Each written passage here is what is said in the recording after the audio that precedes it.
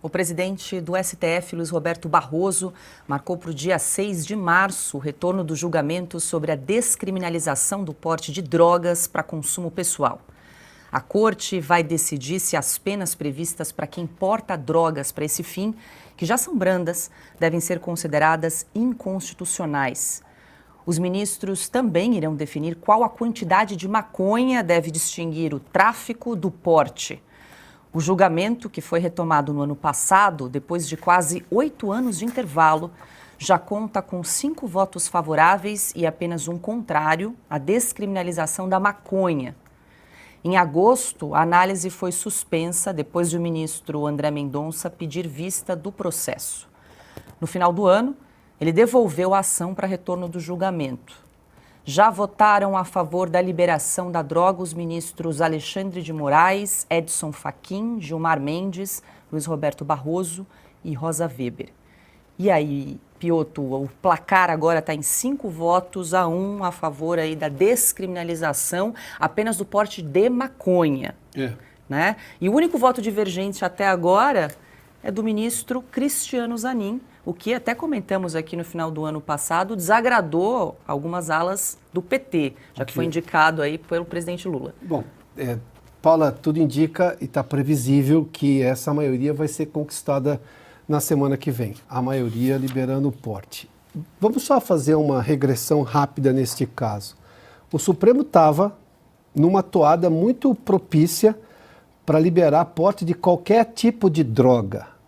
Foi, por exemplo, o entendimento que tinha o ministro Gilmar Mendes, a ministra Rosa Weber, que já não está mais na corte, e depois ela se disse que ela se convenceu, na verdade, ouvindo argumentos de outros colegas ministros, de que deveria ser apenas para maconha. Então o Supremo já, digamos, recuou um passo nessa história, ou recuou um degrau nessa história, porque a escalada estava na lógica de liberar todo tipo de droga. E interessante que o Supremo olha para isso e não olha, por exemplo, para as questões de consequência do consumo de drogas. Mesmo na questão da maconha, tem um detalhe aqui. A lei de drogas, lá sim, talvez haja um problema, uma lacuna na lei lá de 2006, porque a norma lá previa, por exemplo, prestação de serviços à comunidade. Ele você separava o que era traficante e o que era usuário, né? Então tinha penas muito mais brandas. Aí tem a questão de, mas o que é um traficante, o que é um usuário? A questão que se pergunta é, o usuário usa droga de onde? De um traficante. Ou você tem plantação de maconha na casa de todo mundo que usa? Então, quer dizer, tem uma série de questões aí que parece que o Supremo passa ao largo. Daí que a gente volta de novo à questão principal. Se o Supremo está vendo problemas na lei, não é uma questão de interpretar uma norma constitucional, dever do Supremo Tribunal Federal, ou de tomar uma decisão rápida para uma coisa que não existe na lei. Eu vou lembrar, por exemplo, quando o Supremo foi chamado, foi instado a se pronunciar sobre pesquisa com células-tronco embrionárias. Não tinha nada na lei, era uma coisa absolutamente nova. Então, quer dizer, bom, enquanto o Congresso não faz uma lei, esperou-se, obviamente, que o Congresso se manifeste, mas eu tenho que tomar uma decisão para os casos de agora, porque eles não podem esperar até que o processo se dê. Mas era algo completamente novo. Neste caso, já existe uma lei. E se o Supremo detecta ali um problema na lei, tipicamente de uma lacuna que o parlamento não tenha se manifestado, a gente não ouve toda hora o ministro Barroso, que preside o Supremo, dizendo que a conversa institucional foi restabelecida com os poderes, nessa retomada da democracia pujante, da democracia salva e tudo mais. Então vai lá, chama o presidente do Congresso e fala o seguinte, olha, tem uma lei aqui que está faltando uma coisa. O Congresso pode se manifestar sobre isso, mas aí nós voltamos a outra questão, é o ativismo do Supremo de se intrometer em questões que são claras do Poder Legislativo. E nós não estamos falando de uma questão constitucional ou inconstitucional especificamente. É uma questão de, tá bom, o que eu vou julgar, o que é a medida que pode ser porte. Mas ainda tem a outra questão, que para mim é mais premente. Essa droga do usuário vem de onde? Então, esse usuário vai ser tratado como um fumante de maconha, como um outro sujeito que usa, por exemplo, um cigarro convencional. Como é que eu justifico isso? Porque, obviamente, é uma questão de linha de raciocínio lógica. Eu tenho apreço por lógica. às vezes eu não vejo a justiça brasileira com apreço por lógica, mas vamos lá. Se esse sujeito usa uma maconha, de onde vem essa maconha? Aí você pergunta para qualquer especialista em segurança honesto, para qualquer delegado de polícia que vive o dia a dia, ou qualquer policial militar que faz policiamento ostensivo, e ele diz para você exatamente de onde vem a maior parte da insegurança pública no Brasil, ou seja, da violência, do tráfico de drogas, inclusive de maconha. Carlos Cauti, muito boa noite, seja bem-vindo. Então, o presidente do STF, Luiz Roberto Barroso, marcou hoje, sexta-feira, o julgamento para a próxima semana, a retomada do julgamento sobre porte de maconha. Já temos aí um placar de 5-1 favorável à descriminalização da droga. E algo que chama a atenção, né, Cauti, é que 8 anos se passaram e agora retomam o julgamento. Será que a sensação que dá, e parece que estavam esperando formar uma maioria para retomar esse tema espinhoso? Pois é, Paula, boa noite Piotto, boa noite Ana, boa noite mestre Alexandre, boa noite ao nosso público aqui do Oeste Sem Filtro. Bom, primeiramente, o Barroso tinha antecipado que ia fazer isso já no final do ano passado, junto com o tema do aborto, né? Ele tomou posse no Supremo Tribunal Federal, além de uma festa retumbante, né, de uma festa com direito a 1.000 e mais convidados, algo assim bastante loculiano, digno de um rei mais do que um juiz da Corte Suprema. Ele tinha antecipado que pautaria esses temas. No caso do aborto, parece que ele já deu um pé para trás, né, já deu um pouco para trás, porque percebeu que é uma fortíssima resistência por parte da opinião pública e do Congresso Federal, e agora está tentando pautar esta outra questão, esta da legalização parcial, no caso, né, do porte das drogas. Começa com a maconha, depois ampla, né, pode ampliar para outro tipo de entorpecentes. Vamos ver se a resistência que ele encontrará no Congresso, que com certeza vai ser forte, e por parte da opinião pública brasileira, vai fazer sim que essa pauta também seja alguém peça vista, por exemplo, dos juízes, né, do ministro da Corte Suprema, ou que essa pauta seja engavetada mais uma vez por um longo período de tempo. Mas o que é interessante são 2 pontos. Mais uma vez, a Corte Suprema Brasileira quer atropelar uma prerrogativa que é do Congresso Federal de decidir ou não decidir, porque isso também faz parte das prerrogativas, sobre um tema, porque não decidir é também uma tomada de decisão. Não decidir também é também uma mensagem que o Supremo dá para a sociedade, né? Eles não querem legislar sobre aquele tema, e não é o Supremo que tem que compor essa lacuna, é o Congresso Federal que decidiu cientemente que não vai decidir sobre aquele ponto. Fim. O Supremo invadindo essa prerrogativa é mais uma vez uma prova de que os poderes não estão harmônicos no Brasil, assim como prevê a Constituição. Mas o ponto número 2 é que isso mostra mais uma vez como a presidência do Supremo Tribunal Federal do ministro Barroso é uma presidência que ele gostaria que fosse uma presidência de aquilo que podemos definir déspotas iluminados, né? Uma presidência que mostre para a nação o caminho certo para ser seguido, né? Indique para a nação qual é o futuro que deveria ser perseguido e com decisões que deveriam ser tomadas pela Corte Suprema, paute o país para que se modernize, segundo eles, ou se torne mais progressista, né, que derrote junto com o presidente da Corte o bolsonarismo. Essa é a parte mais grave. Como que uma Corte Suprema, que deveria ser o ápice do poder judiciário, ou seja, o poder inerme, né, o poder que deveria ser provocado, se torna uma Corte Suprema ativista que se arroga o direito de decidir onde o país, qual é a direção que o país deveria tomar, evidentemente dizendo para o Congresso, que deveria ser o representante do povo, e aí sim decidir qual seria o rumo do país, que o Congresso não é capaz, não é digno, não é, como disse já o ministro Gilmar Mendes, o Congresso não tem a dignidade, né, os congressistas não têm a dignidade para fazer isso. E isso é a parte mais grave, ou seja, o Supremo que se sobrepõe e se substitui ao Congresso Federal na decisão de qual seria o rumo da nação. Começa com as drogas e com o aborto, a gente não sabe onde vai acabar, mas com certeza é um abuso claro e evidente do direito e das prerrogativas constitucionais.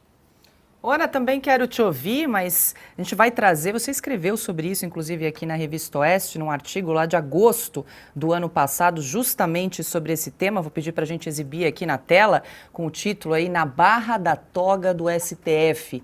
Ministros não podem jamais decidir por nós.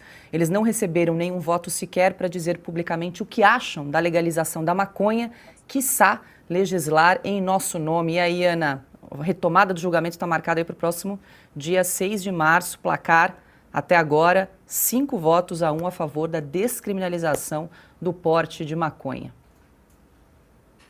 Bom, Paula, é aquilo que o Constantino e eu nós sempre brincamos, né? Nós viemos do futuro. Eu mais ainda que o Constantino, porque ele mora na Flórida, um estado republicano, um estado regido por leis, por organização.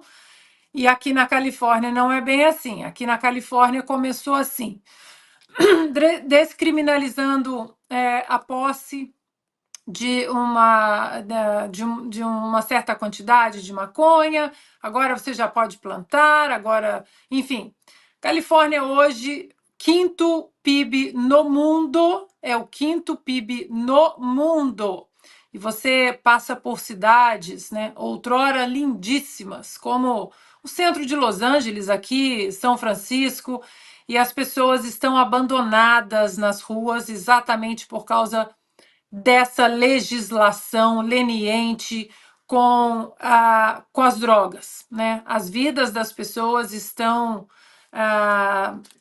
sendo deixadas de lado, Paulo, a verdade é essa. E os estados democratas que seguem essa tendência também encontram as mesmas cenas.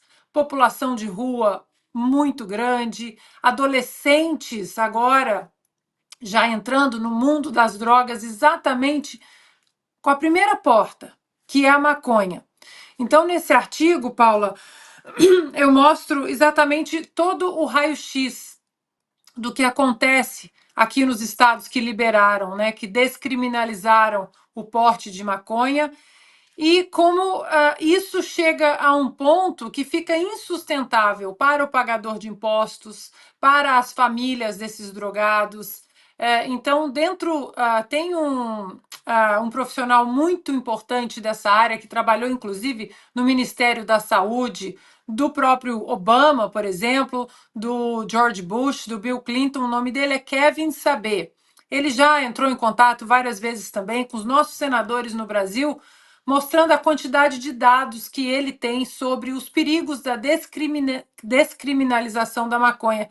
Então, rapidamente, Paula, nesse relatório dele, ele coloca taxas crescentes de uso de maconha por menores, aumento das taxas de prisão de menores, especialmente crianças negras e hispânicas aqui nos Estados Unidos, taxas mais altas de mortes no trânsito por dirigir enquanto sob efeito da substância, mais intoxicações relacionadas à maconha e mais hospitalizações e um mercado paralelo persistente que pode envolver agora, né, o aumento da atividade do cartel mexicano aqui nos Estados Unidos, porque já que, né, descriminaliza a maconha, muita gente pensa que isso vai ajudar, né, evitar o consumo, e aqui na Califórnia é a experiência de que é o contrário. Então, Paula, o que acontece é que a gente tem que fazer pressão agora no Arthur Lira, mais uma vez, no presidente do Senado, Rodrigo Pacheco. O Senado, mais uma vez,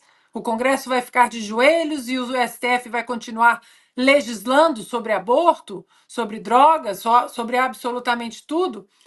Só para lembrar, Paula, uma frase do secretário de Segurança do Estado de São Paulo, Derrite, numa entrevista que ele deu aqui para a gente, que ele disse: o tráfico é a mãe de todos os crimes. E o STF está exatamente colaborando para que essa porta não apenas seja aberta, mas escancarada na nossa sociedade. Pois é, Alexandre, a Ana tocou num ponto, o pessoal aqui no chat também está participando bastante, a Márcia Queiroz diz que o Congresso tem que pôr o pé na porta e dizer não às drogas. Há algo que o Congresso pode fazer aí em relação a esse julgamento, a retomada desse julgamento aí marcado para a próxima semana? Alexandre, como é que você avalia essa situação? Eu ouvi isso agora mesmo, antes de começar o programa. Eu estava conversando com um senador e um deputado que estão reunidos no gabinete do senador nesse momento, o senador Eduardo Girão e o deputado Osmar Terra. O deputado Osmar Terra é médico e especializado em drogas, né? E os dois pensando em mobilizar o Congresso Nacional, me disseram o seguinte: olha, nós temos abundante legislação de tolerância zero com as drogas.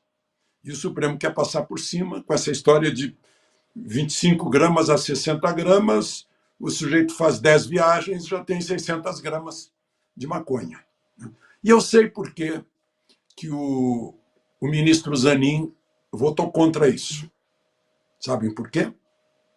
Porque ele tem 3 filhos e vai ter netos. Tem sobrinhos. Eu duvido que alguém que tenha filho, neto e sobrinho vote nisso.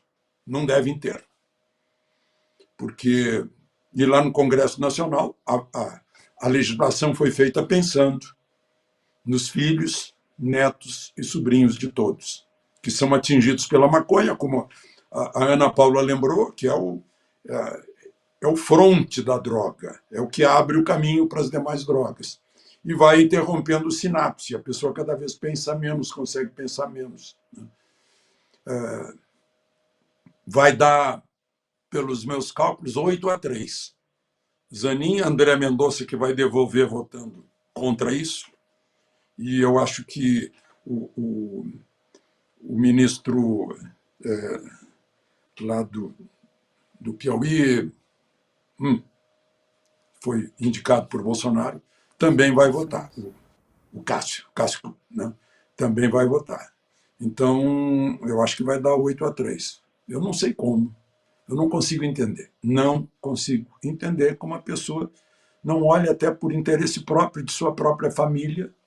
Eu tenho que ajudar as famílias dos outros, porque a maconha começa abrindo as portas da droga, que destrói as famílias, destrói as pessoas, destrói os que usam a droga, os que se viciam, que, por sua vez, sustentam o criminoso.